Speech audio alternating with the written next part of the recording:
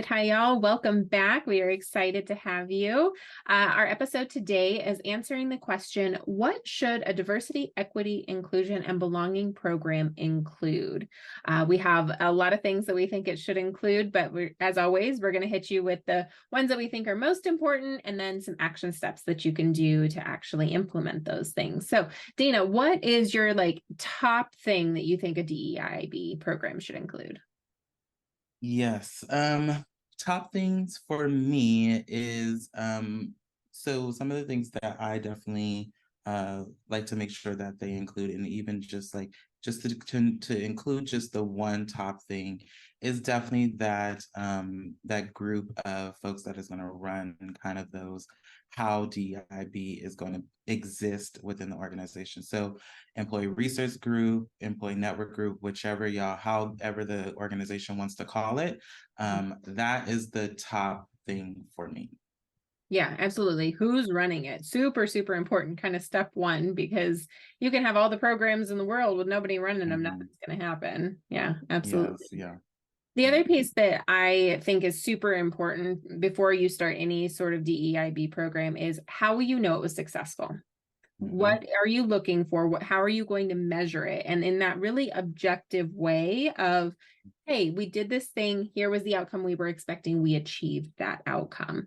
And that goes back to the thing you were talking about in one of our last episodes, and we talk about it frequently, is the feedback piece, right? So feedback and data collection are imperative to knowing if you were successful, but you can't know what you're collecting until you've really defined what success looks like and means.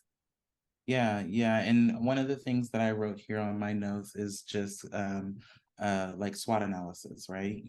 Most HR professionals do a SWOT analysis with a company when they're starting to get an understanding of what's going on in the company. But taking that same method and putting it into understanding what the company needs in a DIB standpoint is a good opportunity to see exactly what the strengths are within the company, what are some areas of opportunity, and what are the potential threats of putting this into play when it comes to running DEIB programs in the organization. Yeah, absolutely. And for anybody listening, he did just give the definitions of it, but it's SWOT, SWOT. Would you mind just sharing what each of those letters is again, so people can go look it up if they want to, haven't done one before? Yeah, so the S is strengths, and the W is weaknesses, and then the O is opportunities. So area opportunities, where can we grow, where can we get better? And then the T is threats. So that's the breakdown of a SWOT chart. Perfect. Thank you. I appreciate that. Yeah. I know a lot of business people know what that is, but for those of you, what are they? Not anagrams, acronyms. There we go. Acronyms. They are a dime a dozen. There's so many. I mean, absolutely. Sometimes I'd be like, oh my God, can we just call it what it is? Sometimes I feel like the acronym is harder to say than just the thing to say, which is always its own fun thing. But the other thing about data collection and assessments is it's super important to know your baseline so that you know if something changed, if something happened. It's really hard to get executives to want to reinvest in something if they don't know how it's impacting, they don't know how it's shifting, they don't know if it's working. Just writing a blank check for whatever, it's not going to happen. Are some leaders yeah, do whatever you need to do? Sure, I'm sure they exist. But most companies are going to know, okay, why are we using these resources for this, especially if budgets are starting to get cut or tight, or there's pressure from the economy, which we all know that right now there very much is in pretty much every industry. So knowing what your baseline is so that you know how you're successful is how you also can keep those investment dollars coming your way from the business itself. Yeah. And just to add to that, it essentially just paints the picture of how the programs can move forward. It really, it's like that yellow brick road that we can all follow and go down to get to the end goal and the end game of what this is going to look like within the organization. Yeah. And also to that point, even to be able to pivot if you need to, like what isn't working and do we need to shift something? And sometimes just making a slight adjustment can make the whole program something super viable and sustainable and impactful to the organization and to the people that the programs are attempting to support in the first place. Yep, 100%. So the other thing, speaking of investment and resources and all those things, the leadership and governance is the other thing that I think every DEIB program needs to include. The government and leadership also touches on what you said first of who's running this, but also who's championing it, who's resourcing it, and how are we monitoring, controlling, and guiding the program to ensure that it's successful. Yes, and which leads me into my main point of charter. So charters are big and very important when it comes to whomever is going to run it, whomever is going to put the things into place. Charter is pretty much the guide to hold everyone accountable, to be able to say, this was our mission, this is our values, this is how we as a group is going to continue to say, whatever we do within this organization or within these programs, we need to go back and look at what are the guidelines we put in place for ourselves to be able to make sure we are not essentially, it's not breaking rules, but that we're doing what we said we were going to do from the beginning. And that's what that charter is there for, and will hold essentially everybody accountable. Especially when you talk about like leadership buy-in, which I know you're going to mention. Yeah, the leadership buy-in, and we've talked about that before, but absolutely, if you have that project charter that you can lean on, especially when things get tight or people forget, why are we doing this thing? It's a really easy document that you can go refer back to. Here's the why. Here's why we started this.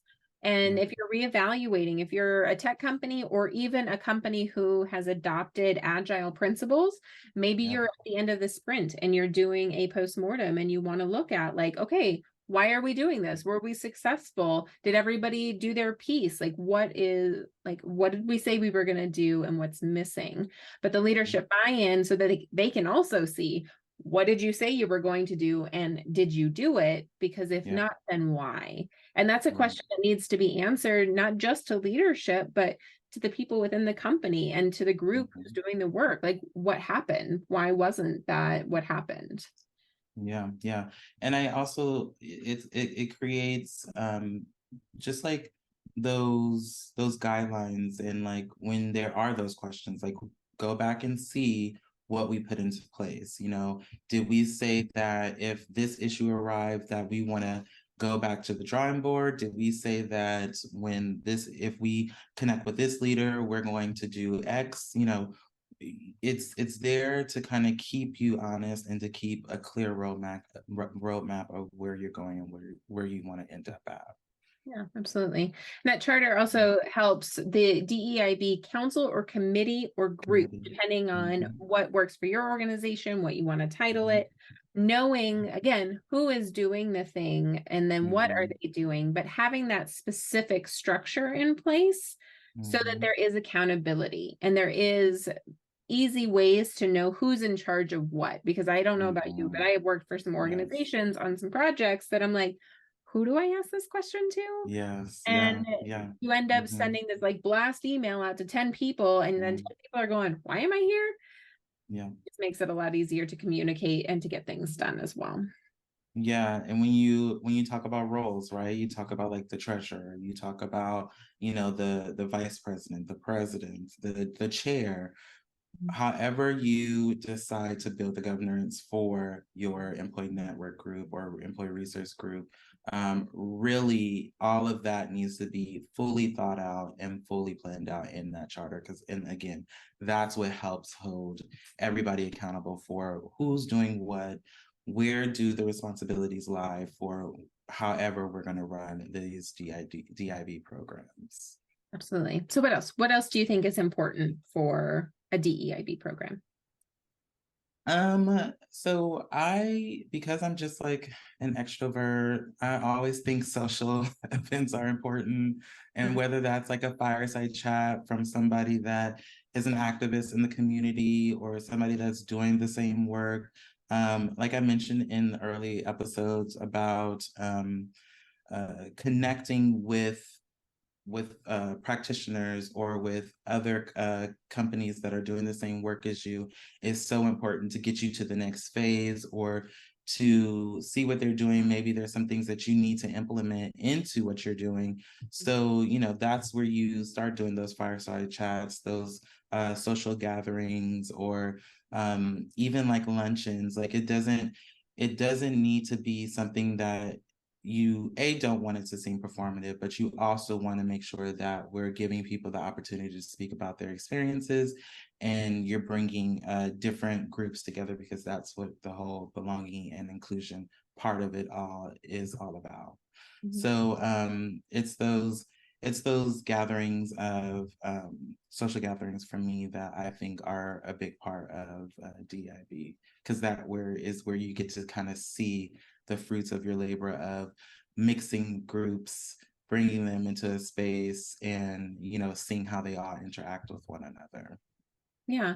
And I think too, even though I am an introvert and sometimes those feel very taxing, especially mm-hmm. if I have a very long list of to-dos, like it's another mm-hmm. thing to do, which is a really hard thing about the inclusion activities is mm-hmm. it may not be that people don't want to participate in them.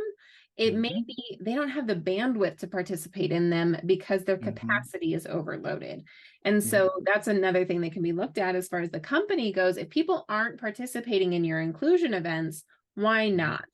And what can be done to support them in that, which goes back to data and baseline and assessment and understanding the organization itself. But yes, absolutely. Having those inclusion events that people can learn from and participate in, and have that inclusion, and even maybe gather some sense of belonging of like, oh, this was a connection opportunity and people value what I brought. Yes, and shall I also just mention, like, COVID, like people are still in fear of catching COVID, or it's still around. Yep. And with that also, people are still working partially at home or partially in the office. And when you are in the office, people are bombarded by meetings. Everybody wants to meet in person. Everybody wants to go to the meeting room. They want to have lunch meetings. So, you know, and just when you speak to, it's just another something that you have to do. It becomes the same thing. It's like, I have to go to this meeting, which is in room such and such on the 11th floor. And then I have to go down to the first floor for the DEI social event, because if I don't go, that means I'm, you know, it's kind of like it's like a cycle. It's that hamster wheel that I mentioned as well before. But yes, just to speak to that piece that you mentioned as well. Absolutely. Which the training and development, right? I think that is, if you are creating an overall DEIB program for the company, training and development need to be a part of that. Absolutely. And that can be, the training piece can be very specific, like microaggression training or LGBTQIA inclusion training, like, and having those hyper-focused trainings that are available. But the fireside chats and the guest speakers and just overall development and exposure to new thoughts and ideas, those are also a part of that. So yes, there is your sit in a classroom, learn about a specific topic, walk away with a learning, but the development piece can also just be the opportunity to share thoughts and ideas, the opportunity to express self, to ask questions or hear other people's questions and how they're thinking through things. So training and development sometimes I think gets put in kind of a box of, oh, it's a trainer and a facilitator who comes in and teaches about a specific thing. There's lots of opportunities for training and development that aren't that. Yeah. And even when I speak about just external pieces, training and development could mean attending a developmental conference or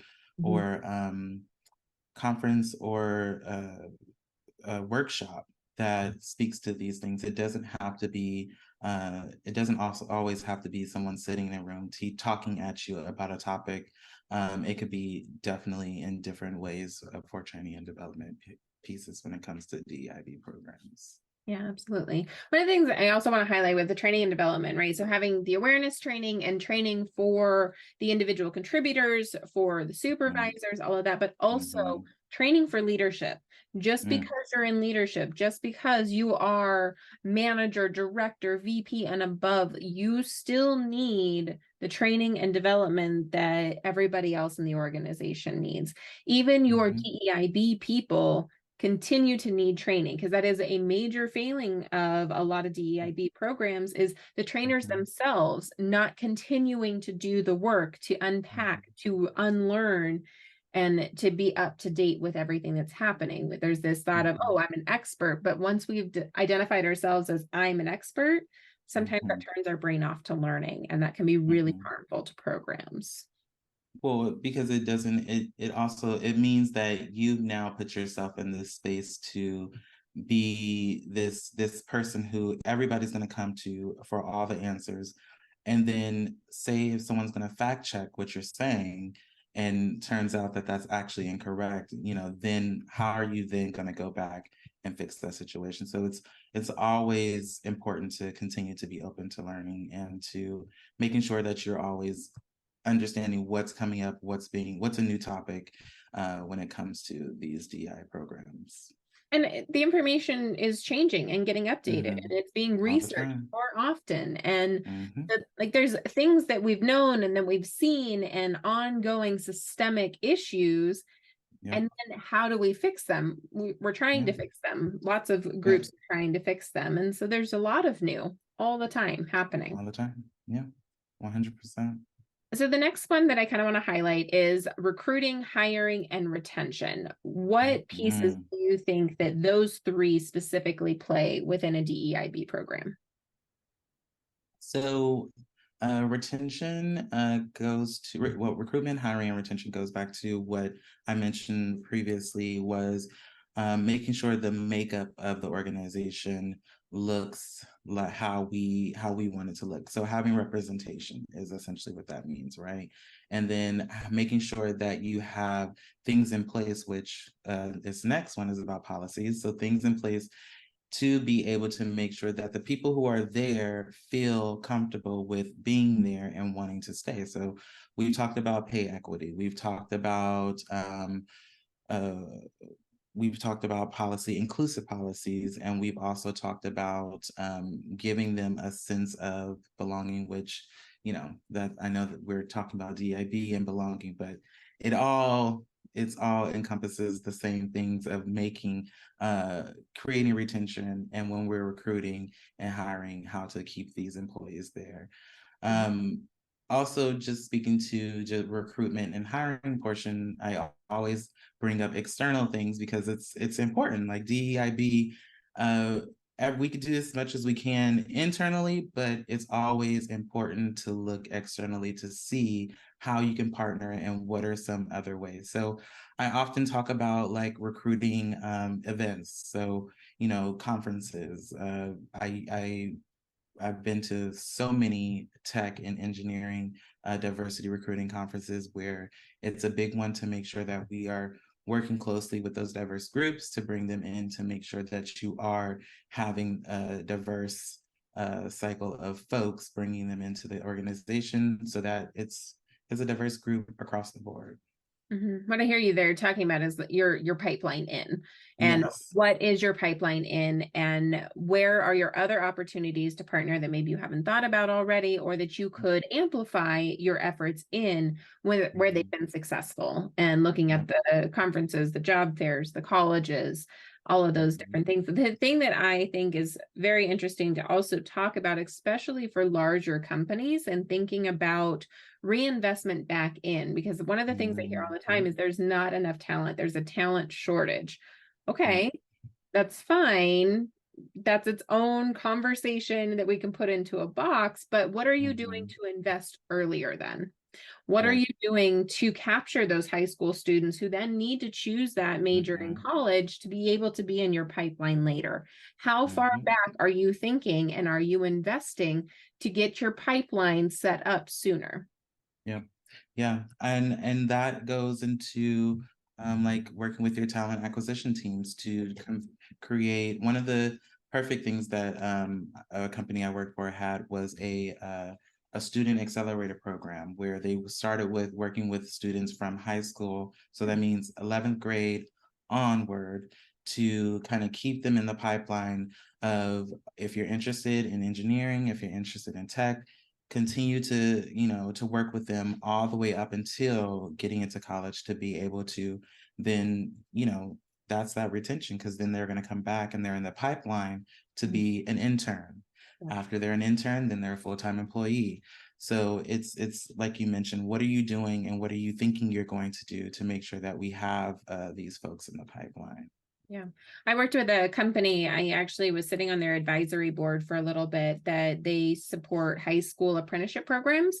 It's called CareerWise Colorado, and they do have some chapters all over the US. Like I know they have a chapter in DC, they have a chapter, I think, in New York. But I worked with the one specifically here in Colorado, and their whole thing is across the board jobs. Like it isn't just tech, like they had accounting and marketing and HR, essentially anything that you could do as a job, they were trying to bring in apprenticeship programs. And so the companies could hire apprentices who were juniors and seniors in high school. And it was a stair step of hours. So that first year they were with the company, I think it was like 8 to 16 hours a week. The second year, they were there 12 to 16 hours. And then the third year was 24 hours or more, because it was their gap year. They were targeting students who were not necessarily thinking about college, but even minimum thinking about taking a gap year between, but being able to get that job experience. So they're getting to experience a thing, because I can tell you there's some jobs I've had that if I could have tested them out, I wouldn't have paid money to do. I hear you 100% on that. So yeah, that's a way that you can support further up in that pipeline, but also still get the help and the support that you need for your company right now. So you need help. You need the bodies to do the work. Great. Are you investing in people who can do the work? Because it's all learning how to do the work. So what are you doing to get creative about having a more diverse pipeline and supporting that in the future? Do you have anything else that you want to talk about specifically with what you need in a DEIB program for recruiting and hiring? No. So the next one I have, inclusive policies and practices, which you just touched on a few minutes ago. Absolutely. You can't have a successful DEIB program if you aren't looking at your policies and your procedures. That is probably the first place that every company needs to go through with a fine-tooth comb and really say, are we being equitable with our policies and procedures? Are we being inclusive with our policies and procedures? And then does this support a diverse group of people? And how can we use them to support and create belonging? Yeah. So the only thing that I just want to say here, because I feel like one thing, when you say policies, people automatically think we're going to have to go back and look at our handbook. Yes, you are going to have to go back and look at your handbook. So this is where you wish your handbook wasn't 80 pages long, because you went and copied legal points from a website.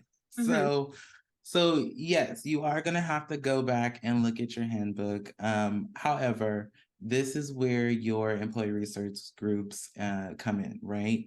Because you have a secretary in this employee resource group, or someone who has who's been there to take on kind of those note-taking or those minutes, who's really good at analyzing data and information, right? So this is where you lean on that employee resource group to divvy up parts of your handbook, or to look at whatever policies that you've put in place in the organization that you think need to be looked over, and you lean on them for that work. But also, it's important to, sometimes it's not as meticulous as that. It's also as plain as day, because people can see that there's clear gaps in the policies where it needs to be more inclusive. So absolutely. Yeah. I love that you call that out. You're going to have to look at your handbook 100%. Yes. But that's a great opportunity to think about, why are these things in our handbook? Was this something that we added to the handbook reactively because of a situation and it was legally driven? And what was put in there out of fear that potentially it could be? And really thinking through, does it need to be in there? Is there a different way to achieve the same outcome without this policy, or maybe shifting it into a different one?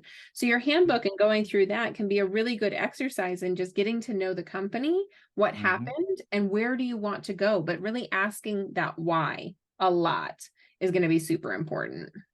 And usually this is when companies start to redefine their strategic plan. Like they use this point to create a separate plan and policy to or policy book, I guess I can say, to kind of redefine what those new policies are to all encompass the new DEIB program. So, there's many opportunities in many areas, and, that is kind of where it becomes a little bit more work, but it's the important part.